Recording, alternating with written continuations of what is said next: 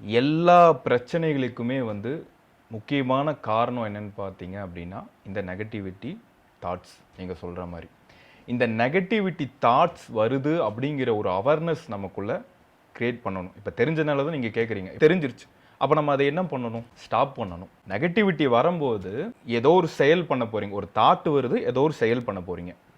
செயலுக்கு முன்னாடியே இது நெகட்டிவிட்டின்னு தெரிஞ்சு போச்சு. அப்போ இந்த நெகட்டிவிட்டி வரும்போது இதை பாசிட்டிவிட்டியான தாட்ஸ் நீங்கள் கொண்டு வந்தீங்க அப்படின்னா இந்த நெகட்டிவிட்டி காணாமல் போயிடும். இப்போ நெகட்டிவிட்டி வருதுங்கிறது தெரியுது உங்களுக்கு, அப்புறம் ஏன் வந்து அதை வந்து ஒன்று செயல்படுத்தினோம்னா தப்பாக போயிடும், இல்லை அது நமக்கு எகென்ஸ்டாக மாறிடும். அப்புறம் எதுக்கு இதை நம்ம செயல்படுத்தணும்? இந்த தாட்ஸை அப்படியே ஓரங்கட்டுங்க, பாசிட்டிவிட்டியான தாட்ஸை உருவாக்குங்க. முடியலினாலும் முயற்சி பண்ணுங்க. முயற்சி பண்ண என்ன ஆகும்? நீங்கள் பாசிட்டிவிட்டியான தாட்ஸ் போட்டுக்கிட்டே இருக்கீங்க அப்படின்னா நெகட்டிவிட்டி தாட்ஸ் கம்மியாகி ஆகணும், இல்லைன்னா போயிடும். இதுலேயே இருக்கீங்க அப்படின்னா இது உங்களை போட்டு பாதிப்பு ஏற்படுத்தும். ஒன்று சேடாக இருப்பீங்க, இல்லை தப்பான செயல் செய்வீங்க, அழுவீங்க, புலம்புவீங்க. என்ன நடக்க போகுது அதனால?